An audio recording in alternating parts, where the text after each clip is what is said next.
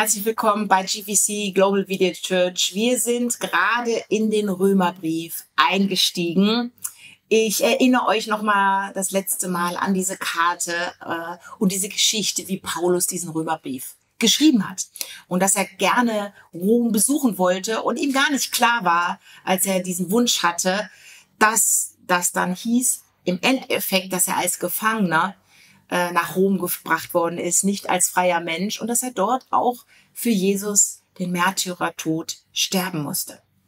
Also ein sehr bedeutungsvoller, ein sehr, ja, ich sag schon mal, ein trächtiger Brief. Es trieft, finde ich, von der ganzen Weltgeschichte und Gottes großen Plan mit uns Menschen, der so viel mehr ist als einfach nur ich, meiner, mir, mich, wie kann ich meine Schäfchen ins Trockene führen, sondern wir sind Teil von einem riesengroßen Plan Gottes. Und heute steigen wir in Kapitel 2 ein. Ich möchte nochmal eine kurze Einführung geben und dann halten wir das Video wieder an. Du liest das Kapitel durch mit deiner Hauskirche oder auch alleine und dann kommen wir zurück und steigen da mal tiefer ein. Wir haben in Kapitel 1 gesehen, ich habe letztes Mal so dieses Blatt in viele verschiedene Teile gerissen, dass der Kapitel 1 damit anfängt, dass Paulus mal beschreibt, dass die Welt eigentlich kaputt ist. Und dass die Welt deswegen kaputt ist, weil sie sich von Gott abgewandt hat. Man kann das so ein bisschen vorstellen wie dieses Handy, wenn das Handy sagt, ich mag nicht mehr angestöpselt werden. Ich will keinen Strom mehr. Ne? Strom ist doof. Ich will selber Strom haben. Da kann man sich das vorstellen, das geht noch eine Weile, aber dann geht es aus und dann kriege ich es auch nicht mehr wieder an. Dieses Handy geht kaputt. Dann kann ich das noch irgendwie so benutzen, aber eigentlich nicht so, wie es eigentlich der Erbauer gedacht hatte. Und genau das ist mit der Menschheit passiert und genau das beschreibt Paulus am Anfang seines so wichtigen Briefes. Er nagelt nochmal richtig fest, dass die ganze Welt von Gott abgefallen ist. Und weil sie von Gott abgefallen ist, sind sie in lauter schlimme Dinge hineingefallen. Also man kann wirklich so sagen, alles Leid auf dieser Welt hat nur einen einzigen Ursprung, dass der Mensch von Gott abgefallen ist und versucht, selber Gott zu sein. Und ehrlich gesagt, wenn man das so ein bisschen durchgeht, dann kommt man zu dem Ergebnis, da kann man sagen, na ja, aber was ist mit diesen ganzen Naturkatastrophen? Aber mal ganz ehrlich, wenn ich mal auf mein Leben gucke, mein Problem waren nicht die Naturkatastrophen, sondern mein Problem waren schwierige Beziehungen, Verletzungen, ja, und manchmal auch Dinge, die ich mir selber angetan habe, weil ich mich ungesund ernährt habe oder weil ich einfach auch ungesund mit meinem Leben umgegangen habe, wo ich dann auch Krankheit geerntet habe. Nicht alle Krankheit ist aufgrund von Sünde, aber die Bibel sagt, es gibt nämlich noch eine Sünde, unter der ich auch leide, und das ist nicht meine eigene Sünde, sondern die Welt als Ganzes ist abgefallen und Krankheit, auch Naturkatastrophen, sind deshalb in die Welt gekommen, weil Gott gesagt hat, okay, wenn du ohne mich leben willst, dann ziehe ich mich zurück. Und in dem Moment, wenn Gott sich zurückzieht, ist das, als wenn du Licht rausnimmst aus einem Raum, dann wird er finster. Ein Segen, Gott sei Dank, hat er sich nicht ganz zurückgezogen. Er ist quasi am Rand. Jetzt kommt's ja gerade, das lesen wir nämlich heute. Kommt dann rein, nicht als nur Gott, sondern als Mensch kommt er zum Gott.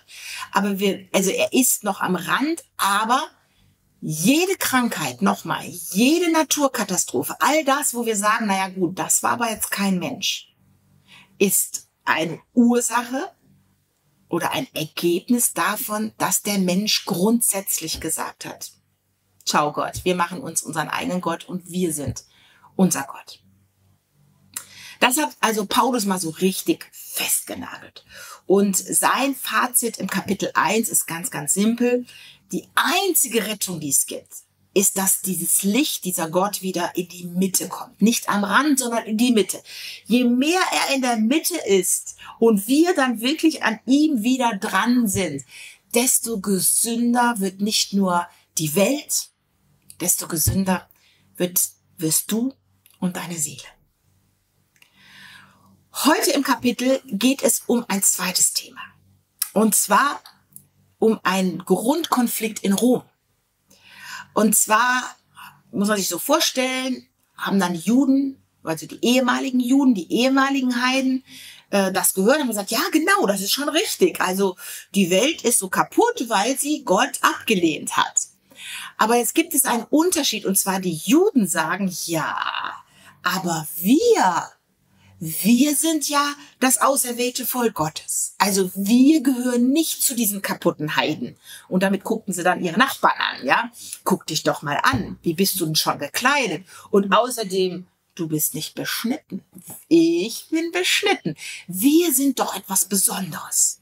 Also da gibt es doch einen Unterschied, Paulus, zwischen den Heiden, die jetzt mit Jesus gehen, oder wir Juden, weil, also das mit Jesus ist zwar schon ein Add-on, eine Top, aber mit uns hat Gott doch schon die Welt gerettet. Also, beziehungsweise, wir sind halt besonders. Mit uns hat er schon angefangen. Und darauf geht Paulus ein. Denn im Grunde genommen heißt dieser Streit eine ganz simple Geschichte ist. Dass ich denke, weil ich etwas Bestimmtes kann, etwas Bestimmtes habe, weil ich von etwas Bestimmten abstamme, bin ich etwas besser wie der andere.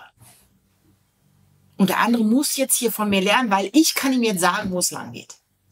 Und darüber geht das Kapitel 2. Haltet jetzt das Video an, lest das Kapitel 2, schreibt mal so raus, was euch bewusst ist, redet über das Kapitel und dann kommen wir wieder zurück.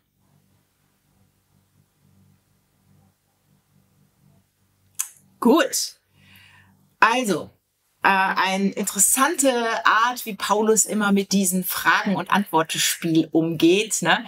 Also ich finde ja interessant, dass schon im ersten Kapitel quasi Paulus sich widerspricht, weil dann ist die große Frage, wie? Haben denn die Juden irgendwas, haben die denn gar nichts voraus? Fragt ein Jude, ne? Also haben jetzt die Juden gar nichts voraus. Und da sagt Paulus, nee. Sie haben was voraus, weil bei ihnen hat Gott angefangen. Auf jeden Fall. Sie haben von Gott eine Offenbarung auf dem Berg Sinai bekommen. Sie haben die 10 Gebote bekommen, die Stiftshütte und. Die Heiden, die hatten davon gar nichts. Gott hat tatsächlich in seiner Gnade einfach Abraham auserwählt. Also quasi wie, wenn man so sagen würde, wir sind jetzt hier in Paraguay und jetzt haben wir die Cedula und dann fragt so ein Paraguayer, warte mal, Moment mal, die dürfen jetzt genauso einkaufen wie wir? Die dürfen sich Land kaufen? Die dürfen hier ein Dorf machen? Warte mal, Moment mal, haben wir denn keinen Vorzug? Und dann sagt der Präsident, doch, natürlich habt ihr einen Vorzug, ihr wart einfach als erstes hier. Also ich meine, die letzten Jahre habt ihr dieses Land geprägt, ist doch toll. Und dann sagt der Paraguayer so, ja, aber irgendwie viel bringen tut mir das nicht, ja. Und dann sagt der Präsident, jetzt kommt die zweite Frage, ja, wie sind dann denn die Juden besser wie die Heiden? Also sind die Heiden dann irgendwie benachteiligt? Und dann sagt Paulus, nein, ja. Eigentlich, also jetzt, heute, bringt es dem Juden tatsächlich gar nichts mehr. Juden und Heiden sind beide gerettet. Da gibt es keinen Unterschied. Und wenn man das jetzt auf Paraguayer und uns hier bezieht, in Paraguay ist das, wenn ich in einen Laden gehe und die Cedula vorzeige, gibt es einen Laden, da kann man nur mit Cedula einkaufen. Und ein Paraguayer hinter mir die Karte vorzeigt. Und dann sagt an der Kasse, warte mal, ich bin Paraguayer, ich muss weniger bezahlen. Dann sagt die Kassiererin, nein, es macht gar keinen Unterschied. Ihr habt beide die Cedula. Ihr müsst beide das Gleiche bezahlen. Und das ist genau das, was Paulus hier in dem Kapitel sagt. Es gibt keinen Unterschied zwischen Juden und Heiden. Es gibt keinen Unterschied im Jetzt. Die Juden haben natürlich etwas ganz Besonderes, weil sie schon vorher in dem Reich Gottes Teil waren. Aber wir sind jetzt in einer anderen Phase und deswegen werden alle nur durch Jesus Christus gerettet. Und da gibt es, alle müssen dasselbe bezahlen und alle bekommen dasselbe, eine Rettung in Ewigkeit. Ich möchte euch ein Vers vorlesen aus Römer 2 und zwar den Vers 28. Denn nicht der ist ein Jude, der äußerlich ist. Auch ist nicht das die Beschneidung, die äußerlich am Fleisch geschieht, sondern der ist ein Jude, der es inwendig verborgen ist. Und die Beschneidung des Herzens ist eine Beschneidung, die im Geist, nicht im Buchstaben geschieht. Dessen Lob kommt nicht von Menschen, sondern von Gott. Also das ist eigentlich eine schwierige Stelle. Da gibt es tatsächlich auch sehr große theologische Streits drüber. Ja, gibt es zwei Völker? Also es gibt keine zwei Völker. Also das ist im Neuen Testament nirgendwo, dass es zwei verschiedene Völker gibt. Im Gegenteil, Epheser 2, Galater 3 und 4 sagen ganz deutlich, dass die Wand zwischen Juden und Heiden abgebrochen ist und sie nur noch ein Körper sind. Wir lesen später in Römer 11 sogar, dass wir alle ein Weinstock sind. Aus diesem Weinstock sind Juden ausgerissen worden, weil sie Jesus nicht angenommen haben. Juden, die Jesus nicht angenommen haben, sind ausgerissen. Und Jesus sagt, das, was ausgerissen ist, wird sogar verbrannt. Was heißt denn, dass wir inwendig Juden sind und beschnitten? Also was Paulus hier schon einfach mal sagen will, ist, dass du und ich geistlich Juden sind. Und geistlich beschnitten. Wir gehen gleich auf das Beschneiden nochmal ein, aber ich will jetzt nochmal ein Bild zeigen, was das nochmal, der Hebräerbrief nochmal deutlich sagt. Also was hatten das jetzt mit Israel, Juden, Jerusalem, Tempel auf sich? Da heißt es im Hebräer 8, Vers 5, sie dienen aber den Abbild und Schatten des Himmels, wie die göttliche Weisung an Mose erging, als er das Zelt errichten sollte. Sieh zu, heißt es, dass du alles machst nach dem Bild, das dir auf dem Berg gezeigt worden ist. Denn das Gesetz hat den Schatten von den zukünftigen Gütern, nicht aber die Gestalt der Dinge selbst. Deshalb kann es die Opfer niemals vollkommen machen durch die Jahre für Jahr gleichen Opfer, welche man immer wieder darbringt. Also Petrus sagt ja schon, Paulus ist manchmal kompliziert in seiner Aussprache. Ich sage es mal ganz einfach, wie es in diesem Bild ist. Mose hat im geistlichen Bereich etwas gesehen. Und er sollte das physisch aufbauen. Das ist ein bisschen so wie, sagen wir mal, übertragen, er sieht das Kreuz, Jesus, und dann baut er eine Nachbildung. Und diese Nachbildung trägt er dann durch diese Jahrhunderte von Jahren. Und jetzt kommt das Original. Das ist Jesus. Was macht man dann mit der Nachbildung? Man braucht sie nicht mehr. Das ist ein bisschen so wie ein Wegweiser. Ein Wegweiser, da steht drauf Berlin. Und dann trägt man den Wegweiser eben nach vorne und geht dann Richtung Berlin und alle Menschen folgen diesem Berlin-Wegweiser. Wenn wir jetzt in Berlin angekommen sind, jetzt ist meine große Frage, brauchen wir dann noch den Wegweiser? Nein. Dann kann man sagen, na ja, dann trag doch den Wegweiser irgendwo anders hin, dann können wir ihn ja schon gebrauchen. Ja, das wäre noch sinnvoll, wenn es hier sich nicht um einen zeitlichen Raum handelt, nicht um einen physischen Raum. Also das heißt, der Wegweiser wurde durch eine Zeit getragen, aber er braucht ihn nicht mehr, weil Jesus jetzt überall ist. Also Berlin ist jetzt da. Und deswegen brauchen wir den Wegweiser nicht mehr. Also das heißt, wir brauchen keine Beschneidung mehr. Wir brauchen keine Quasten mehr. Ja, die hatten ja Quasten, die hatten Locken, die hatten einen Tempel. Wir brauchen keinen Tempel mehr. Deswegen hat Jesus gesagt, ich reiße den Tempel ab. Ich baue ihn in 3 Tagen wieder auf.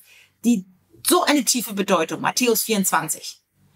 Der physische Tempel wird abgerissen, damit der echte Tempel, das Original, worum es schon immer gegangen ist, auferstehen kann. Und das ist Jesus Christus. Er bringt den 3. Tempel auf die Welt. Wir als Leib Christi sind der dritte Tempel. Das zeigt dieses Bild so.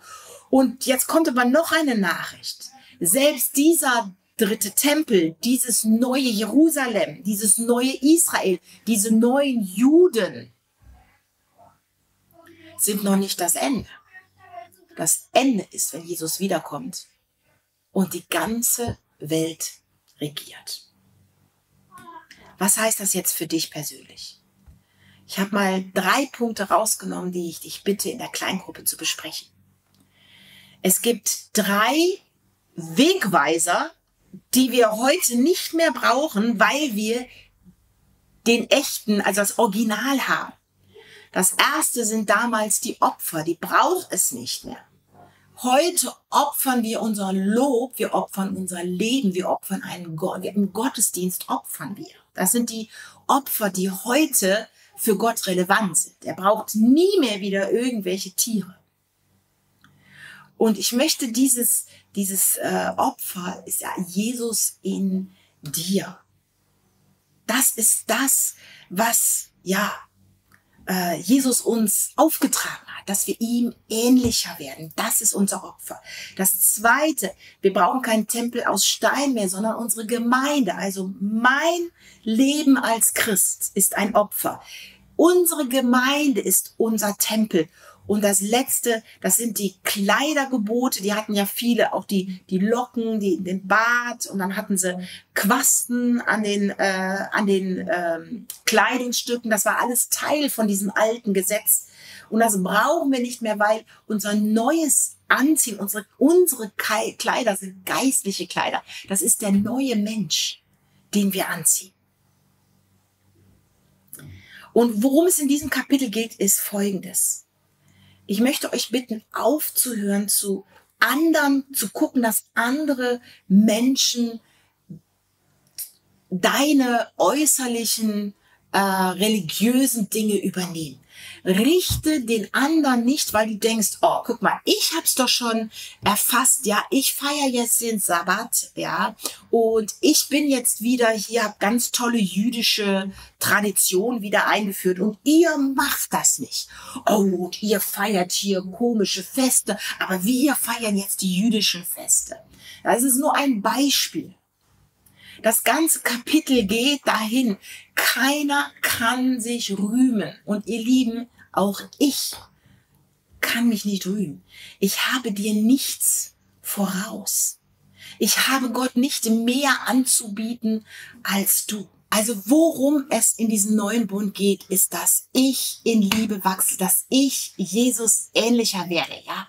Und ich bin nicht dafür verantwortlich, dass andere das tun. Ich bin für mich verantwortlich. In dem Moment, wo ich, wie die Juden damals und die Heiden auch, immer auf den anderen gezeigt haben, ja, ihr habt ja Jesus ans Kreuz genagelt. Ihr seid schuld. Also, das ist euer Problem. Und die Juden zu den Heiden, ja, warte mal, aber ihr seid nicht auserwählt. Wir sind schon noch das auserwählte Volk Gottes. Ihr seid mal gnädigerweise hier dabei, aber wir sind besser.